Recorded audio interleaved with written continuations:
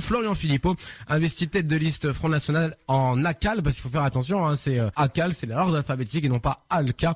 En Alsace, Champagne-Ardenne, Lorraine, le vice-président du Front National mènera la liste du parti en Alsace, Champagne-Ardenne, Lorraine, une région jugée gagnable par Marine Le Pen. Il devrait notamment affronter Philippe Richer pour les Républicains, président sortant du Conseil régional d'Alsace, et bien sûr Jean-Pierre Masseret, président de la région Lorraine, sortant du Conseil régional. Florian Philippot, c'est une bonne chose pour la région ACAL, à votre avis? Est-ce que c'est le candidat qu'il fallait au Front National? C'est le candidat qui est le plus connu, le plus médiatisé, donc qui a son poids dans toute une logique politique et qui doit en fait un petit peu se dynamiser, ouvrir vers d'autres voies que simplement la dualité gauche-droite. On a le droit d'avoir une troisième opinion, des états d'esprit qui vont se confronter bien sûr, des logiques aussi économiques, des logiques sociales, des logiques nationales. Je dirais que c'est incroyable parce que la France a toujours du mal de se mettre d'accord pour ce qui la concerne d'abord, c'est-à-dire les affaires françaises. En Allemagne, oui, mais nous sommes quand même dans une région, une grande région européenne qui est en train de se construire. Il faut quand même une ouverture sur l'Europe. De toute façon, l'ouverture sur l'Europe est absolument nécessaire. On peut pas la contourner puisque le Grand Est, c'est la zone frontalière justement qui s'ouvre vers les pays, nos amis proches, luxembourgeois, Luxembourg, Allemand, Belgique, Allemagne et ensuite la Suisse, de là pour et le la Bas-Rhin Suisse. Et l'Our. Alors c'est important d'avoir aussi un petit peu, de voir comment ça se passe outre-Rhin, je dirais, pour voir qu'eux arrivent très souvent à se mettre d'accord pour des questions qui concernent avant tout leur nation, comme l'Allemagne qui arrive à se mettre d'accord sur des principes qui concernent vraiment l'Allemagne, ou la Suisse, je dirais, de façon extrêmement démocratique, qui réussit à mettre d'accord à 80% toute une... Mais l'Allemagne s'intéresse aussi à chez nous. On le sait que le président du conseil départemental de Moselle, Patrick Weiten, était invité la semaine dernière à Berlin avec le ministre, j'ai plus son nom en tête, il va me revenir parce que aujourd'hui on le sait de toute manière, que ce soit pour la Sarre, que ce soit pour le Grand-Duché du Luxembourg ou également toutes les régions frontalières, on est aujourd'hui dans un cadre où il faut être ouvert à ces pays frontaliers, il faut être ouvert à cette partie de l'Europe qui va avoir besoin des Français, parce que l'Allemagne va avoir besoin de manœuvres français.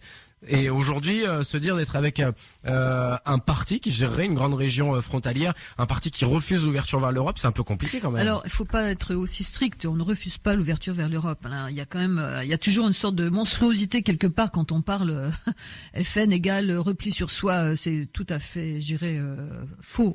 On est dans une réalité. Le repli sur soi ne peut être qu'à partir du moment où on a vraiment une identité qui permette justement de se recadrer par rapport à un tout. On ne peut pas vivre hors de son temps, c'est évident. Mais on peut pas vivre hors de l'Union européenne, on peut pas vivre sans l'euro aujourd'hui. Qu'est-ce qu'on ferait nous seuls? Je dirais qu'il y en a d'autres qui vivent bien sans. Mais parce qu'ils ne l'ont jamais eu. Voilà, donc on peut pas aussi nous, on estimer. L'a eu pendant 15 ans. On l'a peut-être eu depuis 15 ans, mais on va dire ça tourne mal quelque part comme bilan.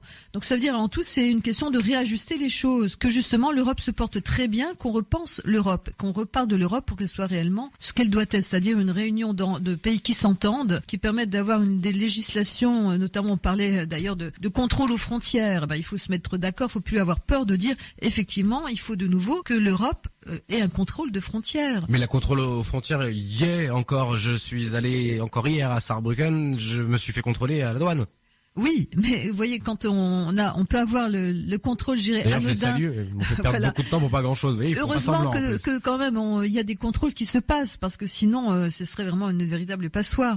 Il faut revenir dans une équité, dans le fait de ne pas avoir peur de parler des choses. Quand on parle de contrôle, il faut pas tout de suite avoir une terreur, on n'a plus le droit de faire tout ce qu'on veut, etc. On est obligé fatalement de se remettre dans un contexte où à partir du moment où on a une sorte d'insécurité qui vient et qui est due en soi à la libre circulation de toute personne, c'est évident qu'il faut aussi réévaluer cette liberté aussi de circuler. Et en soi, le FN égale repli sur soi, c'est pas vrai du tout. C'est réajuster avant tout des données qui sont vraiment gérées d'intérêt général. Vous êtes très modéré par rapport à certains ténors du parti. Pourquoi? Parce que je pense que moi, avant tout, je suis pour une ouverture d'esprit. Mon engagement en politique, j'ai pas de culture en soi politique. C'est pas ce qui ressort. Moi, je veux avant tout qu'on repense la politique pour qu'il y ait une nouvelle dynamique. D'ailleurs, mon engagement est plutôt RBM que FN quelque part, parce que je pense que la France a besoin d'évoluer, et notamment qu'on puisse un jour imaginer qu'on ait une présidente de la République. RBM, Rassemblement Bleu Marine. Heureusement, on arrive au terme de cette émission. Merci beaucoup Bérangère Thomas